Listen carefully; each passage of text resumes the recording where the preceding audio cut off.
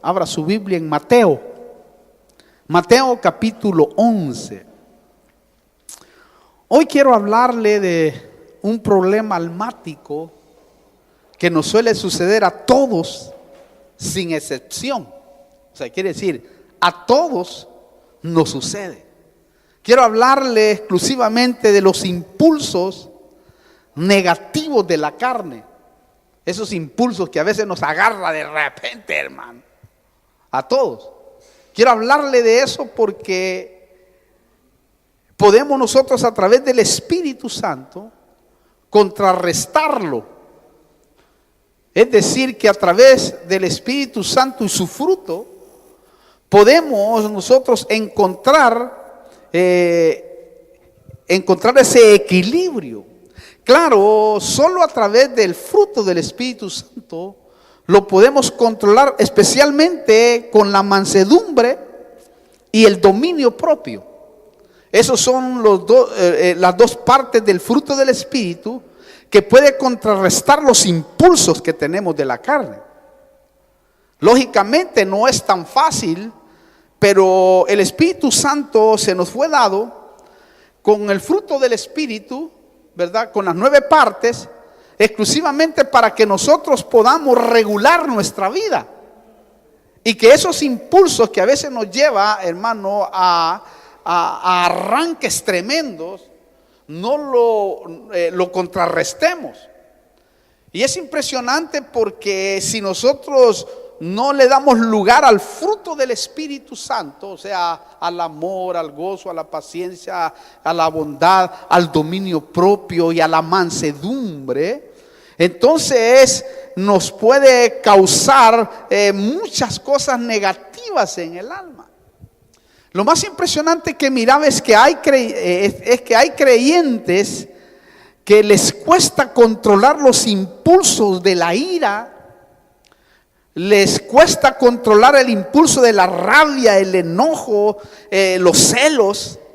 Hay un montón de creyentes, y a nosotros mismos nos ha pasado, que, hermano querido, cuesta a veces controlar eso. Hasta que el Espíritu Santo modula, hasta que el Espíritu Santo machaca en nuestra vida. Yo sé que es difícil, pero en el tiempo uno puede lograr alcanzar grandes logros de cómo poder contrarrestar este punto. Lo terrible es que al no controlar los impulsos, te ciegas y te descontrolas emocionalmente, porque el impulso significa arrebato. Significa arranque, significa un movimiento violento. Eso es lo que significa un impulso. Y eso nos suele suceder a veces hasta con los hijos, con la mujer o con el marido, ¿verdad? Suele suceder eso. De repente aparece la señora con unos arranques, hermano. También el marido. Y hermano, y de repente aparece una ira que dice uno, Dios mío, ¿qué pasó? Pero son impulsos que lógicamente también son trastocados a veces por el enemigo. Recuerde que todos los impulsos que podamos tener de la carne son exclusivos de la carne. Cuando un espíritu toca un impulso que tengamos, es cuando ya se pasa la línea. Para poner un ejemplo, airaos, dice la Biblia, pero no pequéis. No se ponga el sol sobre vuestro enojo. Es decir, no nos acostemos enojados. Quiere decir eso. Pero quiere decir que la ira está ahí. Es parte de nuestra carne. Cuando es trastocada por un espíritu, entonces cuando va a la violencia. Y ahí es donde se traspasa ya el límite. O los celos, por ejemplo, hay momentos que hay celos, y el celo normal es aquel que uno cela a su marido o a su mujer, y verdad, eso es normal. Pero hay otros celos que van mucho más allá. Cuando son trastocados por el espíritu, por un espíritu, ya la persona hasta está mirando, como que mira aquello que no es real. Es decir, cree cosas que no están dándose, pero que un espíritu puede estar trastocando ahí. Entonces, lo que trato de decir es que los impulsos que tenemos nosotros de todo tipo, negativos, son nativos en el alma. Están ahí con nosotros, nunca se van a ir. Lo que sí vamos a poder por el Espíritu Santo es controlarlos. Por eso el Señor recomienda, vamos a ir entrando en detalles, en Mateo capítulo 11, versículo 29 dice: tomad mi yugo sobre vosotros. Y oiga, y dice: y aprended de mí, que soy manso y humilde de corazón, y hallaréis descanso para vuestras almas. ¿Oyó? ¿Notó eso? Aquí el Señor nos dice primero: tomad mi yugo. Esto es aceptar la voluntad del Padre como Él lo hizo. Pero tomar el yugo es que el ejemplo es como dos bueyes, ¿verdad? Van arando, van enyugados. Y una de las cosas que está diciendo el Señor aquí es que debemos de permanecer pegados a Él a través del Espíritu Santo para no descarrilarnos en el camino. En segundo lugar, dice: sed mansos y dócil. ¿Oyó? Esto significa no ofrecer resistencia. Eso es lo que significa eso. No ofrecer resistencia. Cuando es alguien manso y dócil, no ofrece resistencia. En tercer lugar dice: sed humildes. Ser humilde significa no tener amor propio.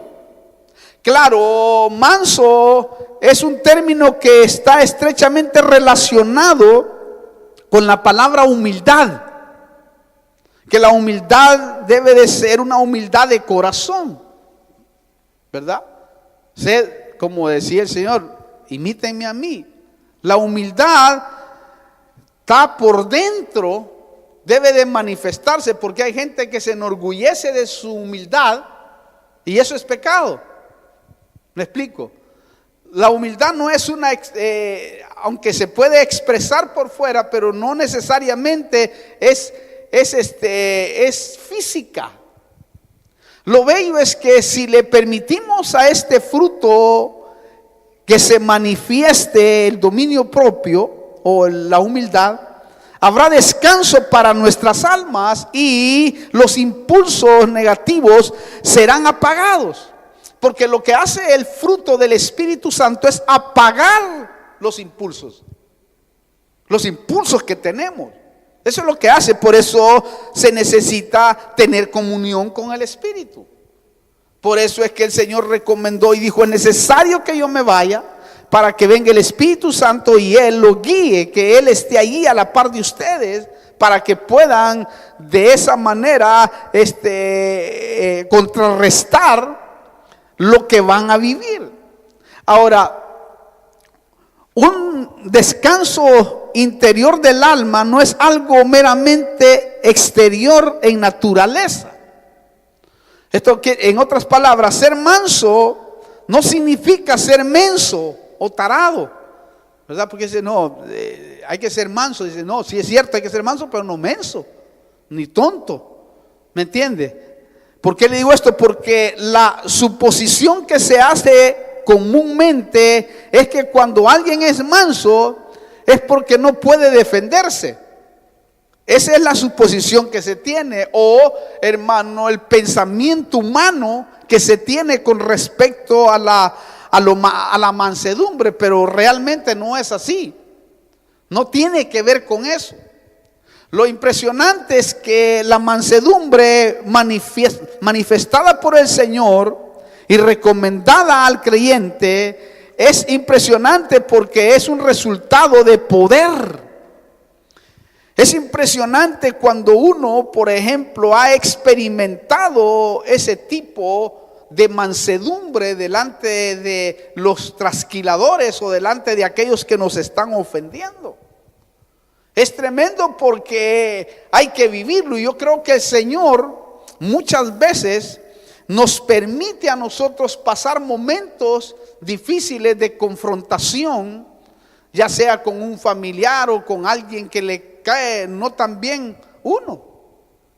Y hay gente que a veces se da la tarea, porque Dios la pone para probar a ver cuánto realmente tenemos en manifiesto el fruto del Espíritu.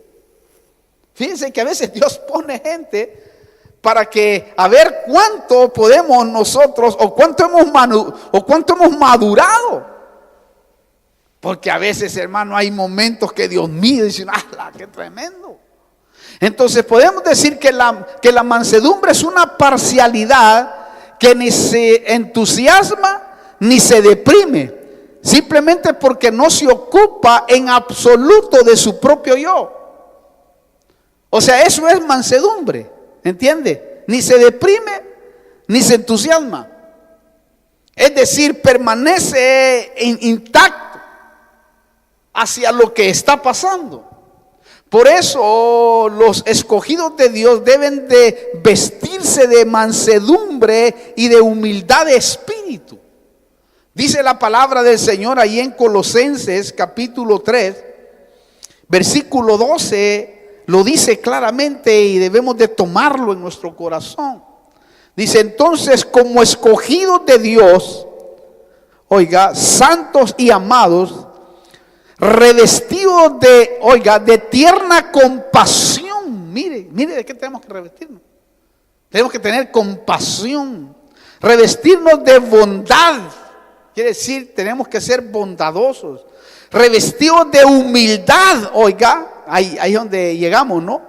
Mansedumbre y paciencia.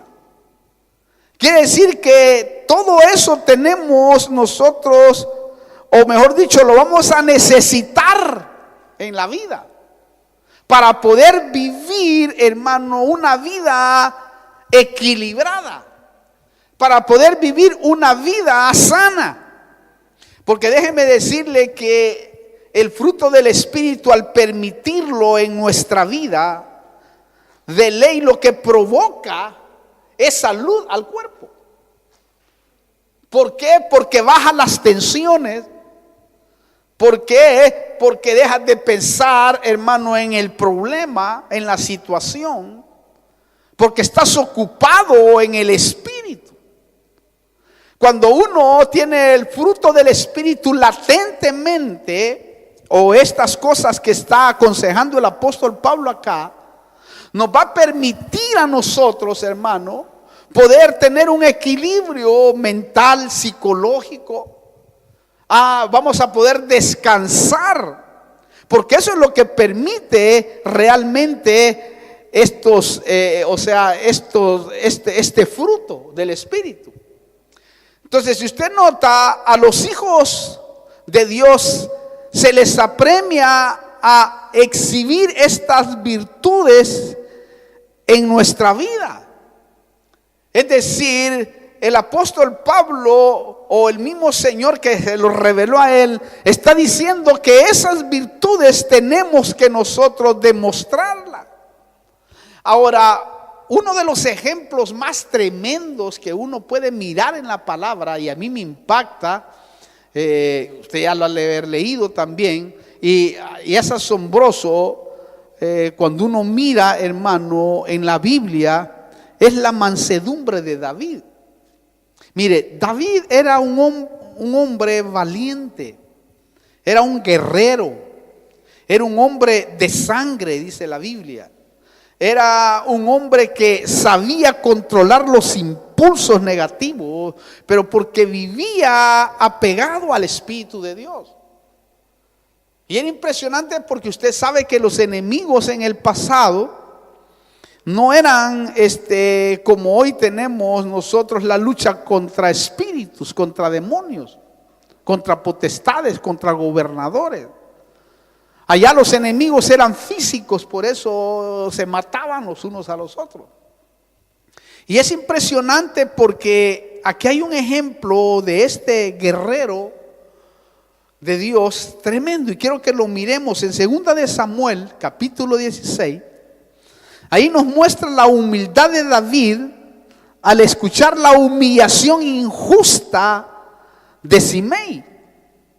Y es tremendo cuando uno lo lee, esto que está acá. Segunda de Samuel 16, 7 y 8, dice así. Así decía Simei mientras maldecía a David. Oiga, fuera, pero le gritaba, fuera, hombre sanguinario e indigno. Mire qué terrible, hermano. Y seguía, versículo 8. El Señor ha hecho volver sobre ti toda la sangre derramada de la casa de Saúl, en cuyo lugar has reinado.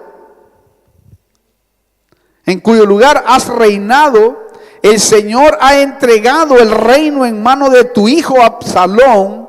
Y he aquí estás prendido en tu propia maldad, porque eres hombre sanguinario. Mire qué terrible, hermano. Mire qué insulto al rey.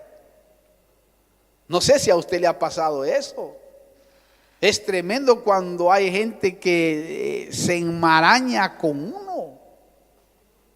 Y este Simei impresionantemente empieza, hermano, a insultar al rey. Nota, en este relato vemos cómo el impulso de la carne de este hombre distorsiona la verdad, y vemos en acción la mansedumbre de David. Porque este hombre aquí está impulsado por la carne, es decir, está alterando una verdad, como lo vemos ahí.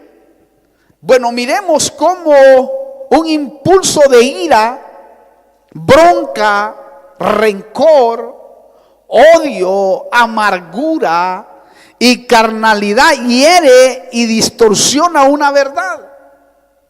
Mire, primero, era verdad que David era un hombre de sangre. Sí, porque era guerrero, y así lo dice la Biblia, que él no iba a hacer el templo porque había derramado mucha sangre contra los enemigos. Entonces era verdad que David era un hombre de sangre, pero no perverso. No era un hombre muy malo o malvado, porque no era sanguinario. Era un hombre que defendía los principios de Dios innegablemente. ¿Por qué le digo esto? Porque si usted lee la Biblia, David nunca mató a nadie de la casa del rey Saúl. A ninguno de ellos tocó. Y este hombre lo está juzgando a él ahí. Pero este nunca lo hizo. Al contrario, por amor al pacto que tenía con Jonatán, hijo de su peor enemigo, Saúl el rey, David restauró en su casa a un hijo de ellos, a Mefiboset. ¿Se acuerda? David, sentado en un momento, dice: ¿habrá alguien a quien podamos bendecir que sea de la sangre real de Saúl? Todavía, porque Saúl lo perseguía para matarlo, hermano. Pero el amor que tenía a Jonatán lo unía. Y alguien dijo: ahí está uno lisiado, tirado allá como un perro. Y vayan a traerlo, dijo David. Le vamos a regalar todas las tierras de su padre.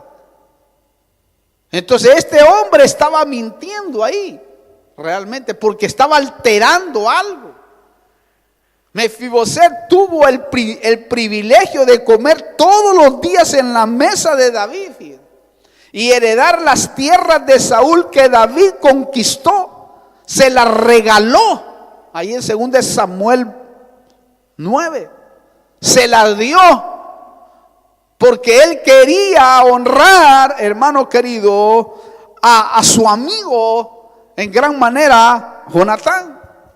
Es impresionante, hermano, cómo podemos ver. Por eso a David no se le puede juzgar nada con respecto a eso. Y este hombre estaba juzgando, porque aunque Dios se lo entregó a Saúl en algún momento, nunca lo quiso tocar, porque él dijo: no quedará impune aquel que toque al ungido de Jehová. Es decir, trae castigo. Lo que pasa es que nosotros tal vez no se nos ha revelado lo delicado que es tocar a un ungido o hablar de un ungido. Tal vez no tenemos la revelación de Dios en toda la dimensión de la palabra, pero es tan delicado y tan peligroso, pero como usted no puede imaginarse. Por eso David, hermano, no lo quiso hacer. No lo quiso hacer porque él conocía estos principios bíblicos. Bueno, en segundo lugar, Simei decía otra verdad. Decía que el reino había sido traspasado a su hijo. Al versículo 8. Eso era verdad. Pero David no era sanguinario, como este hombre se ensañó de él. Y así hay mucha gente que se enseña de tu vida, de mi vida, y hermano, y habla, pero cosas terribles. Alteran una verdad tremenda. O sea, no era un hombre cruel. David no era un hombre cruel.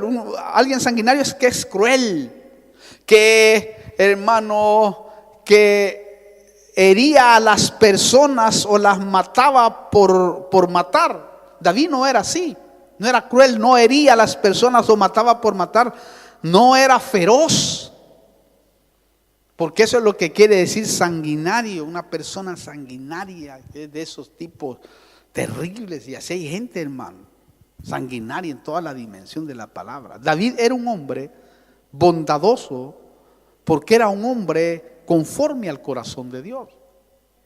Era un hombre que por dentro llevaba la integridad, era íntegro. Íntegro quiere decir que su corazón no estaba dividido, era leal, tenía una lealtad de corazón.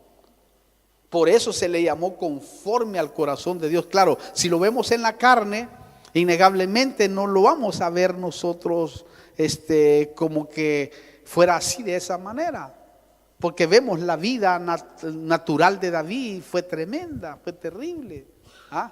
Su adulterio, el asesinato y un montón de cosas que podíamos ver nosotros. Si lo vemos en la carne, si vemos lo exterior, lógicamente no calificaría a David en esta era con muchos. Pero como David no honraba al hombre, sino que honraba a Dios, calificó ante Dios. Y Dios lo premió haciendo un pacto para que en el milenio, para que en la eternidad Él pueda gobernar a Israel eternamente y para siempre. Entonces podemos ver que lo que Dios está mirando en nuestra vida es nuestro corazón. Que el corazón, hermano, porque de la abundancia del corazón habla la boca, que nuestro corazón sea íntegro. Y que cuando vengan esos impulsos de la carne podamos tomar del fruto del Espíritu y así de esa manera poder sojuzgar los problemas que tenemos.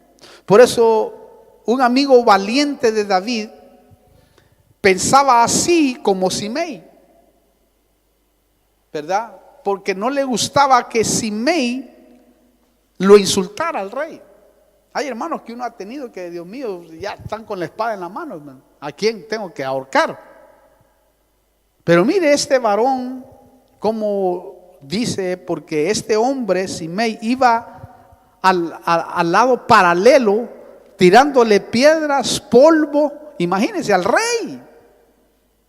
Y mire cómo le dice este varón acá en el versículo 9, segunda de Samuel 16:9, dice: entonces Abisaí, hijo de Serbia, dijo al rey: ¿por qué ha de maldecir este perro muerto a mi señor el rey?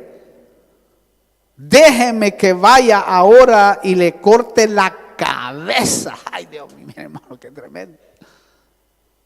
Permítame un ratito, 5 minutos en la carne. ¿Ha visto así? A veces nos ponemos a 5 minutos en la carne, Señor. ¿Notó? Abisaí, hermano, le saltó la carne. Claro, los soldados y amigos de David estaban asombrados porque no reaccionaba. ¿Por qué? Porque ellos sabían que David no era así como decía este hombre, como decía Simei. Ellos sabían qué corazón tenía David. Ellos conocían al rey, que era bondadoso en toda la dimensión de la palabra. Era un hombre que podía platicar, hermano, incluso con sus enemigos y llegar a un acuerdo. Incluso cuando iba a matar a aquel hombre sanguinario que creo que era el esposo de Abigail, ¿no? ¿Se acuerdan? El esposo de Abigail, que Abigail llegó al encuentro de David, porque iban a matarlo, porque este hombre les había cortado la barba, todo. Y llegó aquella mujer y halló gracia delante de su presencia. Y David iba con todo a volarle la cabeza, hermano. Y esta mujer halló gracia y bueno, ok, perdónenlo, dijo. ¿Está bien? Entonces estos hombres, Abisaí sabía, hermano, que el corazón de David no era así. Pero mire lo que contesta a este hombre, hermano, porque a veces le ha pasado a uno. Mire qué contestó David. Dice, pero el rey dijo, ¿qué tengo yo que ver con vosotros, hijo de Sarbia? Si él maldice y el Señor lo ha dicho, oiga, maldecid a David, ¿quién pues le dirá, ¿por qué has hecho esto? ¿Oyó? Versículo 11. Y David dijo a Abisaí y a todos sus siervos, he aquí mi hijo que salió de mis entrañas, oiga, busca mi vida. ¿Cuánto más entonces este benjamita? Dejadlo que siga maldiciendo, porque el Señor se lo ha dicho. ¿Oyó eso? Qué tremendo, hermano. Mire, si mi hijo, dice, se ha levantado contra mí, ¿quién es este? Quiere decir que uno no está exento. Y mire qué tremendo lo que David le dice, cálmate, men, tranquilo.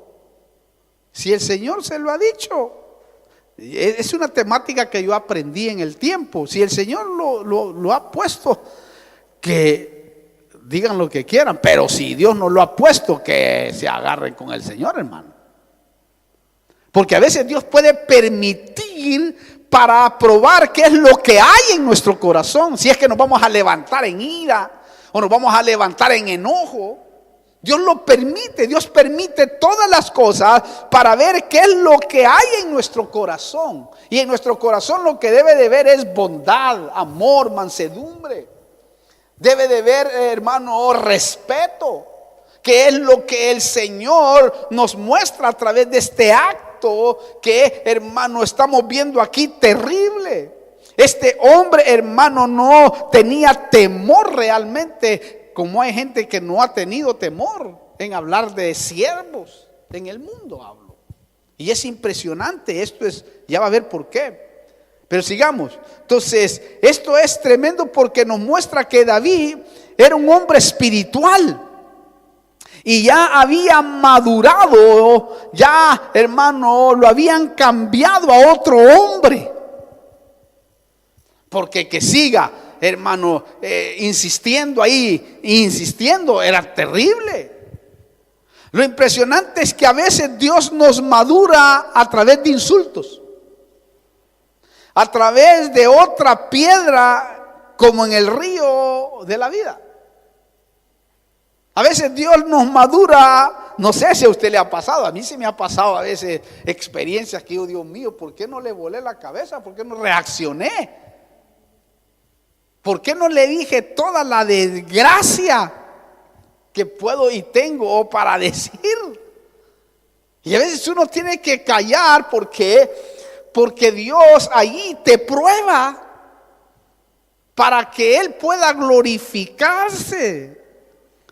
Por eso es que ahora entiendo yo cuando dice la Biblia, mía es la venganza. Cuando dice así, que mía es la venganza, y que te mantengas en tu posición, y que te mantengas manso, que te mantengas humilde de corazón, que te mantengas ahí callado, implica que Dios se va a glorificar. Cuando tú te vengas, por ejemplo, si alguien te hace algo y tú te vengas, Dios ya no hace justicia, porque ya lo hiciste tú. Por eso dice, dejadme a mí, mía es la venganza. O sea, quiere decir que cuando alguien te hace mal a ti, no debes de vengarte, porque esa sería ya estás aplicando tu propia justicia.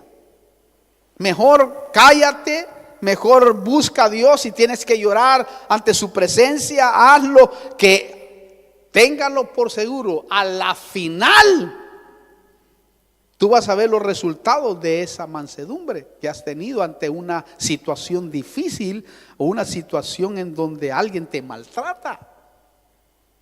¿Por qué? Porque tarde o temprano van a venir los resultados. Y a veces los resultados son tremendos, como a este hombre también, aunque se arrepintió.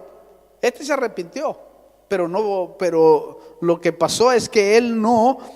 Simei se arrepintió, y lo que pasó es que él no cumplió la cláusula que se le puso, y que no se la puso ni David, porque él lo perdonó, pero le dio la opción a su hijo para que la pusiera.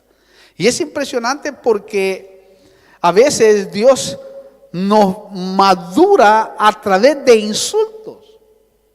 Lo tremendo es que David lo que hizo con su humildad es darle gloria a Dios, porque en el versículo 12 dice: quizás el Señor mire mi aflicción y me devuelva bien por mal, y me devuelva bien por su maldición de hoy. Tal vez el Señor así lo hizo, y yo he aprendido eso cuando me pasan cosas que no entiendo. Digo, Señor, si tú lo permites, gloria a Dios. Pero si es del diablo, en el nombre poderoso de Jesús, que se corte definitivamente esta situación. Entonces uno debe de aprender eso, ¿verdad? Entonces esto nos habla del poder de la mansedumbre, que tarde o temprano será premiada y defendida por Dios. Recuerde, Dios defiende a sus hijos. Dios te va a defender de alguna o de otra manera, te va a defender en el tiempo. Lo que pasa es que nosotros, en los impulsos de la carne, queremos que ya Dios haga la obra, ¿no? Cuando alguien nos ha herido, dice: Señor, ¿por qué no lo cuelgas de una vez? ¿O por qué no la cuelgas, Señor? Pero no es así. Lo impresionante es que Simei no soportó eso, y su odio y rencor seguía. Es decir, Simei no soportaba que David tuviera ese plante. No soportaba que no dijera nada. Hermano, es que es impresionante. Mire cómo dice el versículo 13 al 14. Dice: así pues David y sus hombres siguieron su camino. Oiga esto. Y Simei iba por el lado del monte paralelo a él, y mientras iba lo maldecía, le tiraba piedras y le arrojaba polvo. Oiga eso, por favor. Y el rey y todo el pueblo que iba con él llegaron al Jordán fatigados, y ahí descansaron. Oiga eso, por favor.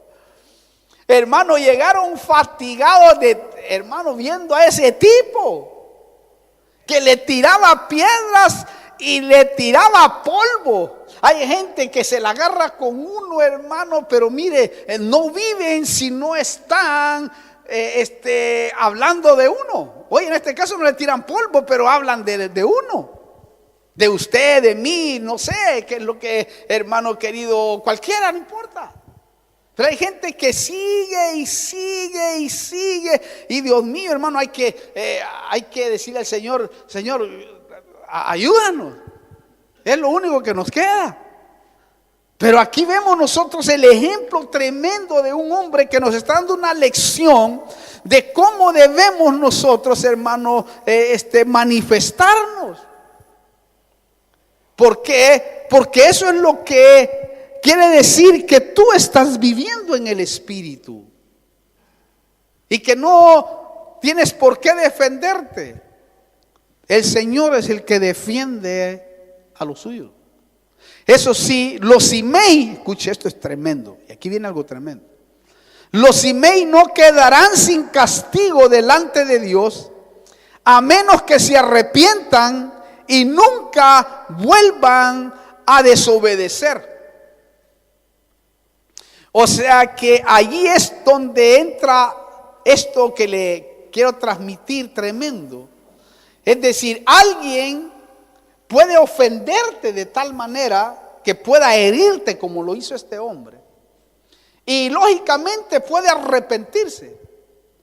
Pero se sabe por la Biblia de que no quedará impune si este hombre, hermano, sigue en la misma situación. ¿Por qué le digo esto? Porque Simei se arrepintió.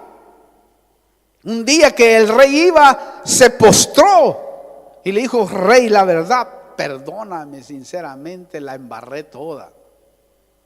De verdad que, y dice que se postró en tierra, hermano, el hombre, después. Entonces, aunque él se arrepintió, aunque debía de morir por haber maldecido a un ungido del Señor, Dios a través de su ungido lo perdonó. Claro, no murió porque David lo perdonó con juramento. Eso sí, antes de morir David dio órdenes acerca de Simei a su hijo Salomón. Le dio la orden: mira, haz lo que tú quieras con este hombre. Porque si vemos, hermano querido, a este hombre lo metieron en una cárcel espiritual.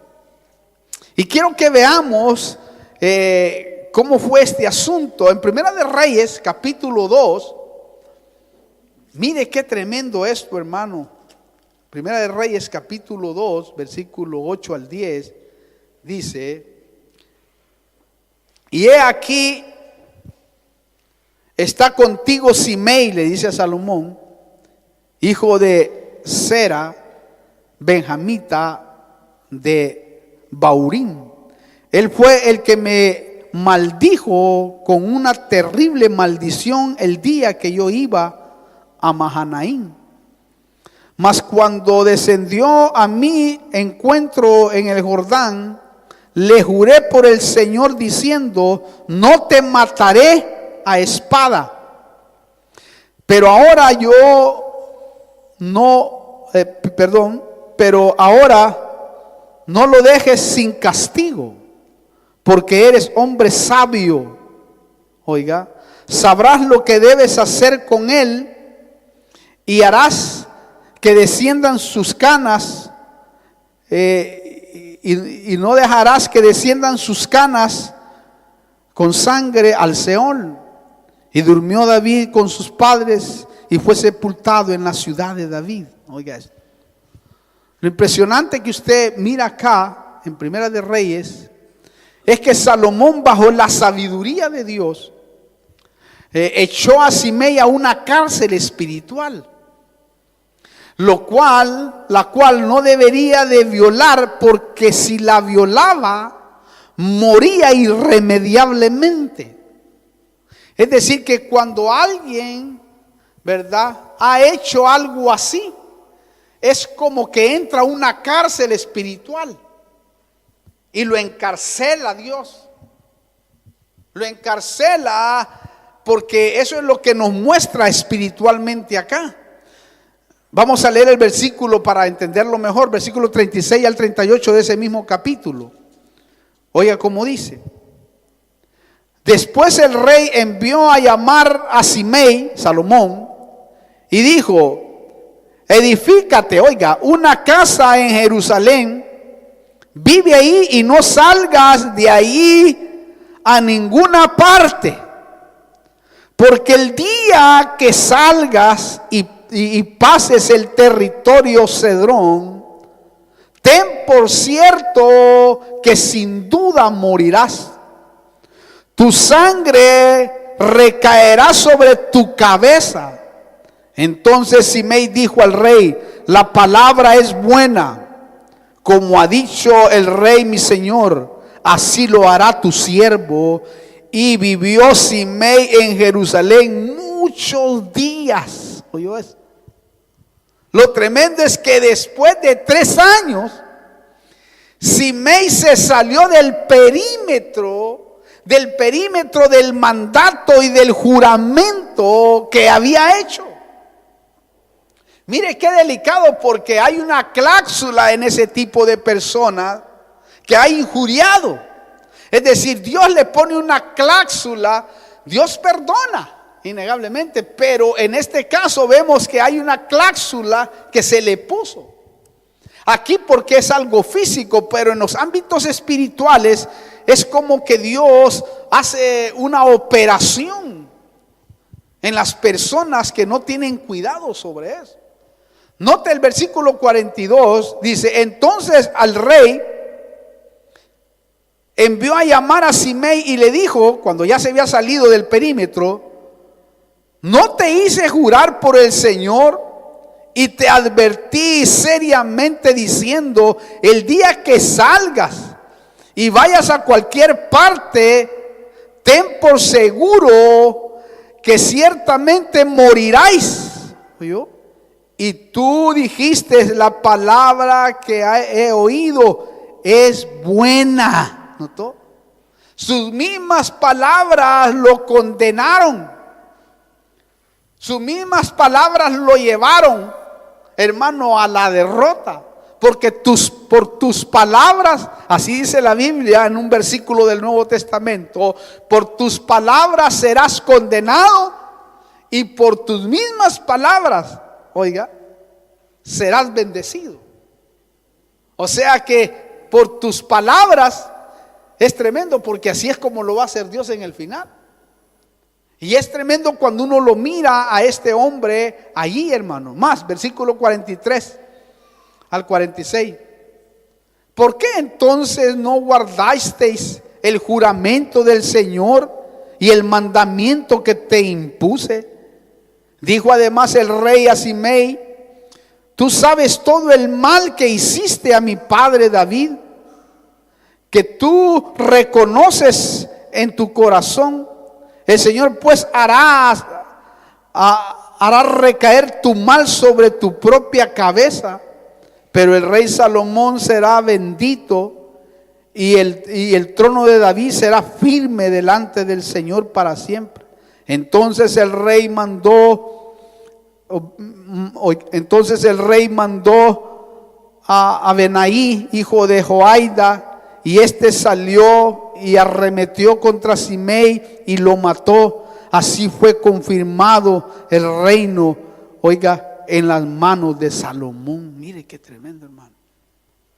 O sea que este hombre no respetó lo que había hecho, o sea, lo que había dicho. Es decir, él recibió el perdón, pero volvió otra vuelta a reincidir. Es decir, no guardó el mandato que se le dio. Y yo creo que por el Espíritu Santo a veces el Señor, ¿verdad?, a las personas que han transgredido de esa manera, Dios las perdona. Incluso uno mismo debe de perdonar a las personas.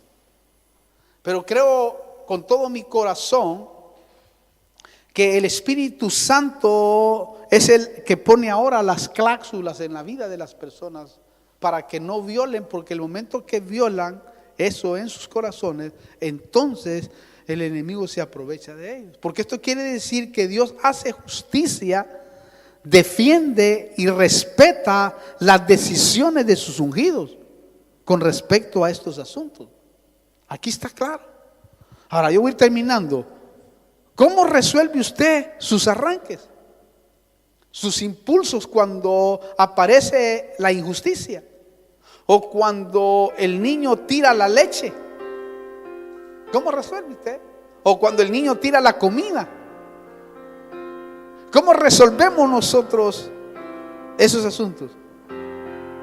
De verdad que debemos de tener mucho cuidado, porque a veces tenemos niños, ay Dios mío, hermano, que son extra extrovertidos. ¿Cómo resolvemos nosotros la ira contra nuestra esposa, contra el esposo, contra el que amamos, cuando no nos salen las cosas como deberíamos de salir? ¿Cómo la resolvemos? Yo creo que eso es fundamental. Porque cuando vienen los hijos y los hijos empiezan a crecer, es la etapa más difícil para mamá y para papá. Porque se golpean, porque tiran, porque se les cae la leche, porque se les cae la comida. Hermano, y el arranque de uno es tremendo. ¿Cómo lo resolvemos? Yo creo que a través del Espíritu Santo de Dios. A los niños, yo por experiencia lo digo, ¿verdad? A veces en la casa es tan fácil manejarlos, porque hay uno que puede manejar más que el otro. Y los niños se les puede, con la psicología se les puede ayudar mucho más. Es decir, la psicología espiritual que nos ha dado el Señor, ¿verdad? Porque hay una psicología espiritual que uno puede aplicar a través de la palabra a sus hijos. Pero no vaya a ser como aquel hombre que su hijo le rayó el auto con un cuchillo. Y fue tan tremendo la ira de este varón que le pegó tanto en las manos al niño que el niño perdió las dos manos. Le pegó tanto, porque le había rayado el auto. No controló sus impulsos. Y cuando llegó al hospital, le dijo el niño: papá, nunca más voy a volver a rayar tu auto, porque ya no tengo mano. Imagínense, por un impulso de la carne. Por eso debemos de controlarlo a través del Espíritu Santo, porque un impulso nos puede llevar a cometer graves errores, porque no podemos de ninguna manera refrenarlo, porque eso es lo que nos enseña la palabra. Por eso el Señor nos dice, y yo termino con este salmo, Salmo 37:8, dice así: deja la ira y abandona, oiga, el furor. No te irrites, solo harías lo malo. Y eso es verdad. Cuando uno tiene ira, furor, uno no puede recapacitar, a menos que permita al Espíritu Santo obrar. Por eso aquí dice, mire, este salmo es tremendo, hermano, porque está certificando acá que solo haríamos lo malo. Por eso es importante y fundamental que entendamos estos principios y que le digamos al Espíritu Santo: Espíritu Santo, ayúdanos. Yo quiero tener comunión contigo para no caer en esto. Otro proverbio dice: el que no hace caso a la injuria es prudente.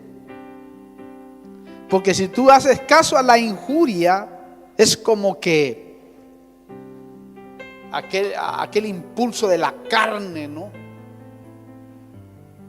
Dice: pero yo también me voy a vengar. Y allí es donde el enemigo se aprovecha. Y no debemos de permitirlo. Nunca permita eso, pero solo se puede controlar a través del Espíritu. Por eso no trate de vengarse. Si Dios quiere, Él se va a encargar de ese asunto. Él lo va a hacer. Por eso permitámosle al Señor que nos ministre en esta noche. Porque todos tendemos a tener impulso de la carne. Cierre tus ojos, yo voy a orar. Quiero que oremos delante del Señor.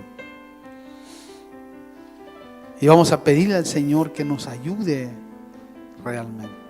Mientras usted medita en lo que le he hablado, usted que está ahí en la radio y en YouTube, que nos esté escuchando en este momento. Quizás los impulsos y los arranques que ha tenido en la carne lo ha llevado a la cárcel. Ha perdido valores y muchas cosas en la vida. Pero hoy el Señor ha hablado y quiere que usted vea a la luz de la Biblia lo que el Señor ha dicho. Y ese es un buen momento para que, si usted no tiene a Cristo, lo pueda recibir. Porque déjeme decirle que solo que a través de Cristo uno puede regular, porque Él dejó su Espíritu Santo y su fruto para que nosotros pudiéramos regular esos arranques, esos impulsos que a veces nos están llevando a muchas cosas negativas. Si usted quiere recibir a Cristo, hágalo. Ese es el primer comienzo que puede hacer. Si quiere repetir esta oración ahí, hágalo y dígale: Señor Jesús, vengo delante de tu presencia, te recibo como mi único y personal Salvador. Perdona mis pecados, borra mis rebeliones y entra a mi corazón y hazme una nueva criatura. En el nombre de Jesús te recibo. Amén. Mira, Padre, aquellos que están ahí al otro lado, que nos están escuchando, algunos recibiéndote y otros, Padre, siendo ministrados a través de tu palabra. Señor, que en el nombre de Jesús tú trates, perdones aquellos impulsos que hemos tenido en la vida, Señor. Y que en el nombre de Jesús tú puedas ayudarnos a través de tu Espíritu para poder contrarrestarlos. En el nombre de Jesús yo bendigo a aquellos que están allá viéndonos. Y te pido, amado Espíritu Santo, que los ayudes delante de tu presencia y que ellos puedan tener comunión contigo para poder contrarrestar delante de ti, Señor. En el nombre de Jesús. Gracias, Padre.